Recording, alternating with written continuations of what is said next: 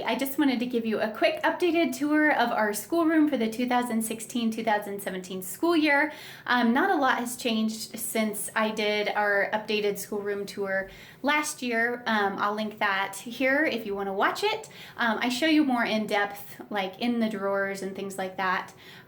Whereas this time I'm just going to give you an updated tour of what's on our walls because we have some new things and some exciting things that we're really I'm really excited about, and I think my kids will be really excited about them as well. So I just wanted to give you a quick updated tour. I also wanted to say, please don't be discouraged by videos like this. If you have a space like I used to that was basically no space at all, you're just doing homeschool in your house, that's okay. I just want you to know that because I know some people get very discouraged when they see videos like this, and I don't want you to, because first of all, it's homeschool. It's not supposed to look like public school. So I love to have a schoolroom because I have this space and it stores all my stuff. But if like I said, at our old house, we didn't have one and we made it work and it was totally fine. So your kids are gonna love it and they're gonna thrive, and no matter what environment you have set up for them. So I just want you to know that before we get started, and let's get started with the tour.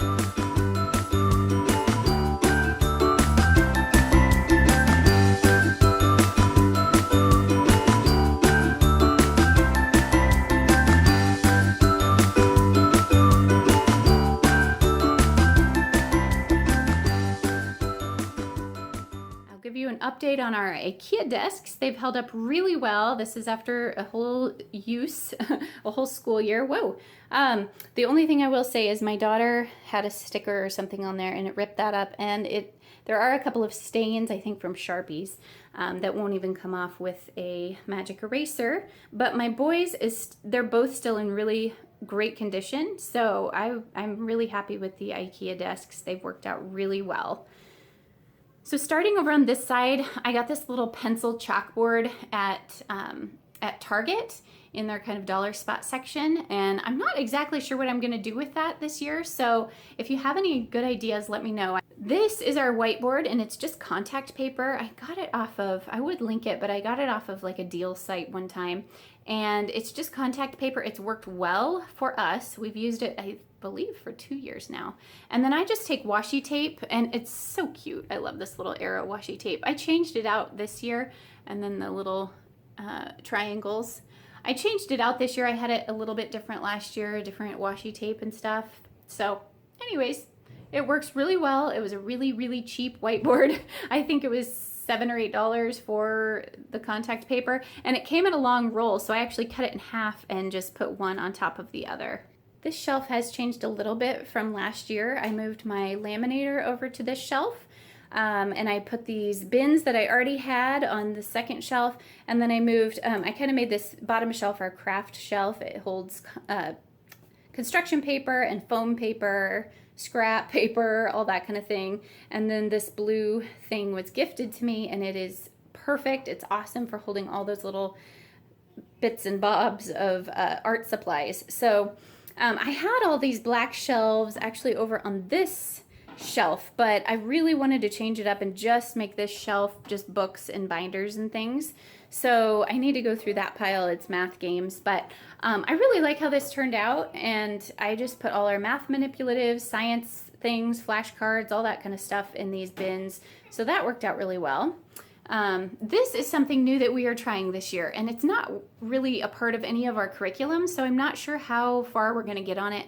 But I thought it would be really fun for my kids, because my first grader's really, learning how to spell words, and my fourth grader still needs quite a bit of help with spelling. And so I thought this would be a fun way to help them with their spelling. So it's based off of the Phonetic Farm, which is also an IEW, the Institute for Excellence in Writing. Which my fourth grader is going to be doing the more advanced, like the writing curriculum. And this is primary arts of language so it's for younger kids. But we don't do this because we love our logic of English.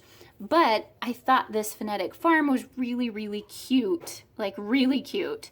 And so I was going to kind of try and just make our own little city, and we can add things as we go. So I just borrowed this curriculum from a friend to just kind of see what we wanted to do as far as that goes up on our wall. And when I heard Andrew Pudewa speak, who had talked about this sound city. So anyways, I took some notes, and we're just going to kind of make our own using the notes and that curriculum. So I will keep you updated on that throughout the year.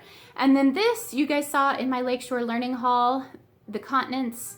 So I just hung up the continents because I wanted to, as we start school that first week and we're learning about the continents, I wanted to put up like the different physical features and the insects or animals or birds, whatever it is, that are kind of prominent to these areas. So like the Amazon River, the blue morpho butterfly, you know, that's South America, and then it's all color coded. And so we can hang these up as we talk about them, and I thought that would be kind of a fun project for the kids to do maybe the first week or two of school when we don't have a lot of other stuff going on, because we kind of, I would say we kind of ease our way into school. So that's what we're going to do with the world continents. And then, of course, we have our two maps up, our world map and our United States map. And then on our desk back here, we have stickers and just pencils and scissors and pens and things like that. And the kids also have those in their desk drawers. If you have, if you're wondering what this little thing is, I guess it's an orange with cloves, and they've wrapped it up, and they made it during a history camp that my son did for our classical conversations practicum. So he's not supposed to open it till September, I guess. So that'll be interesting. I'm not sure what we're gonna find, but, and then I, of course, have my pocket chart here that I love. I got it at a garage sale a few years ago for $5.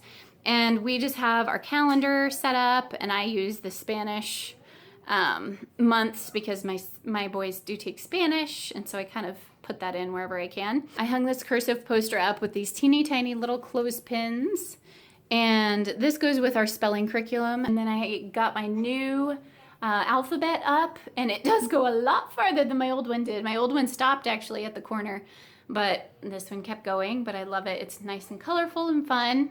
I had this bulletin board right here last year, going vertically instead of horizontally, but I thought this would be really fun to put above my desk, and I didn't really change it much during the year, and so I thought, well, I don't need to get to it too terribly often.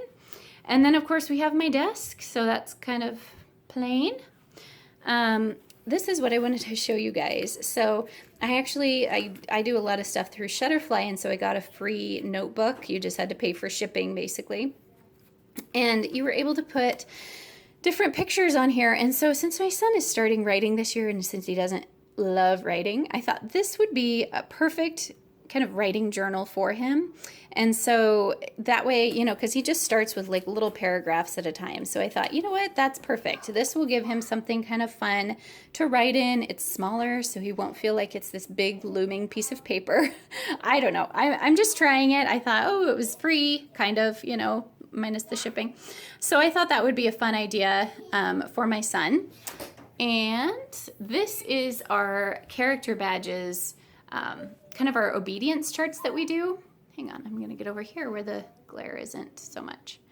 And I will go into greater detail on that if you guys kind of want an overview of that.